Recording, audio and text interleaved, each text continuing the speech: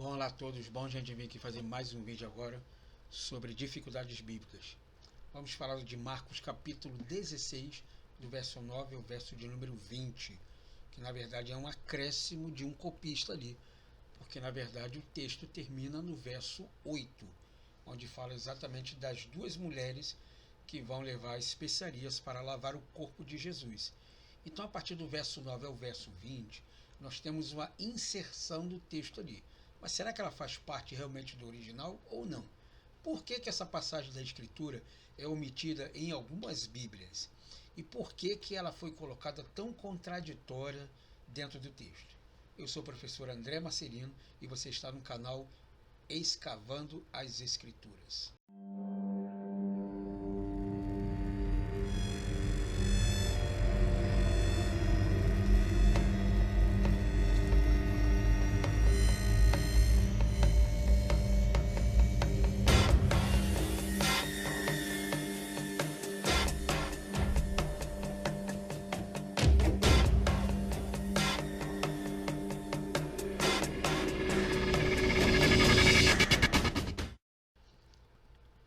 Então, nós temos o texto aqui então de Marcos, capítulo 16, do verso 9, que todo mundo diz que é uma contradição, que esse texto não existe nos melhores manuscritos. Então, a maioria das versões atuais da Bíblia contém esse texto final do Evangelho de São Marcos. Tá? A TLH, que é a tradução da linguagem de hoje, coloca esse trecho entre colchetes, ou seja, ela está dizendo que talvez seja parte do original ou não.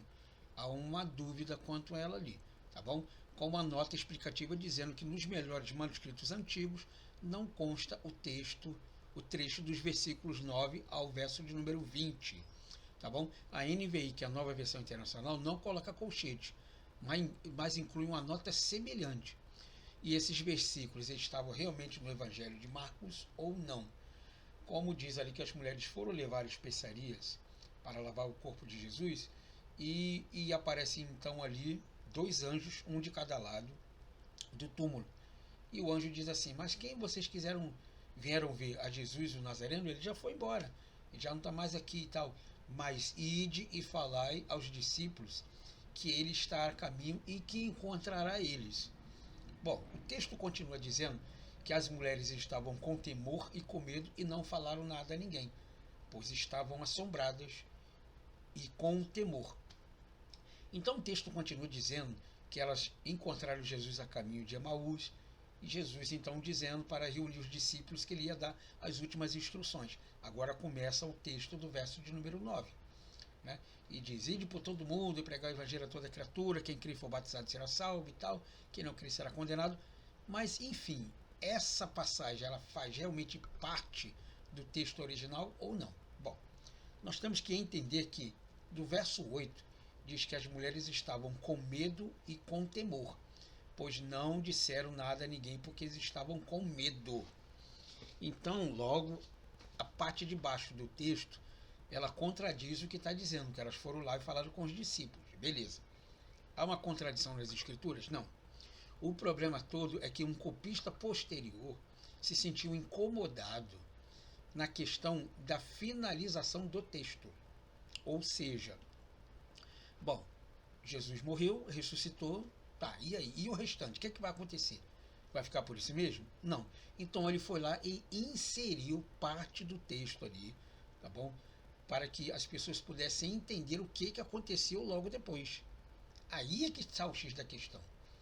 Se faz parte do texto original ou não, nós temos que entender que aquela inserção, ela não omite e nem distorce o texto anterior.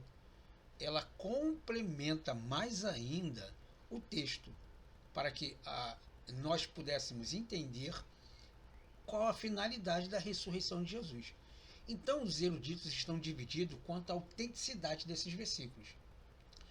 Os que aceitam o texto tradicional recebido apontam para o fato de que esse texto, no final de Marcos, é encontrado na maioria dos manuscritos bíblicos, em todos os séculos. Assim, creem que ele estava no manuscrito original do Evangelho de São Marcos. Nós temos que entender que o texto original é sempre o texto mais longo, não o texto mais curto, tá? Deixar isso bem claro aí, tá bom? Por outro lado, aqueles que advogam a tradição do cristianismo textual insistem que não devemos acrescentar evidências, mas pesá-las. Segundo ele, a verdade não é que é determinada por voto da maioria, mas pelos testemunhos mais qualificados. Eles lançam mão dos seguintes argumentos para rejeitar esses versículos.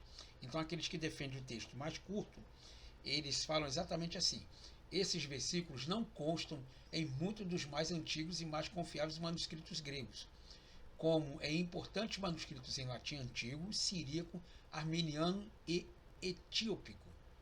Então, na verdade, eles acreditam que o texto mais curto é o texto original, que o texto mais longo foi aquele que foi adicionado posteriormente.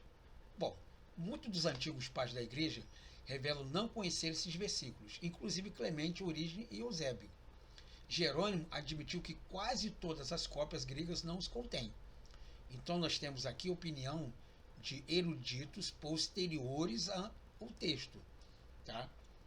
Então você vê que a diferença de séculos é muito grande. Então ele é posterior à questão da opinião. Tá? E muitos manuscritos que contêm essa seção assinalam que é uma espúria adição ao texto.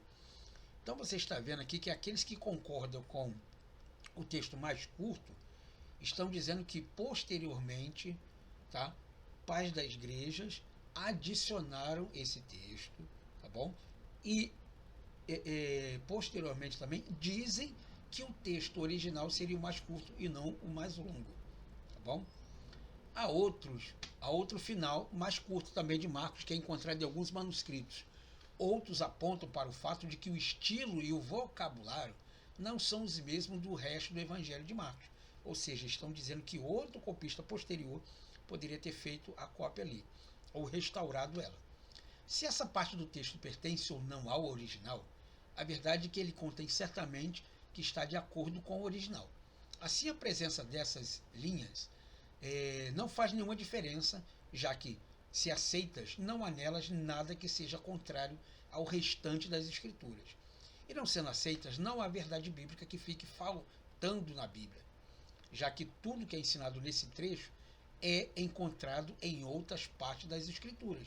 Isso inclui a sua menção às línguas, em Atos capítulo 2, verso de número 1, ao batismo, que também é falado em Atos capítulo 2, verso de número 38, e a proteção de Deus aos seus mensageiros que inadvertidamente fossem picados por serpente. Você pode conferir isso em Atos capítulo 28, do verso 3 ao verso de número 5.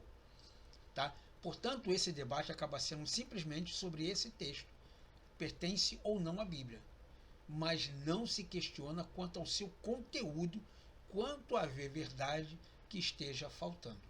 Então, o texto ali sendo mais longo ou mais curto, ele não há uma contradição de uma parte para outra. Muito pelo contrário. Ele é uma adição para explicar exatamente o que se estava faltando no texto lá. Então, não é uma contradição. É apenas uma adição para uma explicação melhor, pormenorizadamente, ou seja, mais detalhadamente do que aconteceu na ressurreição de Jesus e quanto à presença dele também. Não física, mas espiritual. Ok? Espero que você tenha gostado dessa aula. Muito obrigado por ter ficado até comigo, até o momento.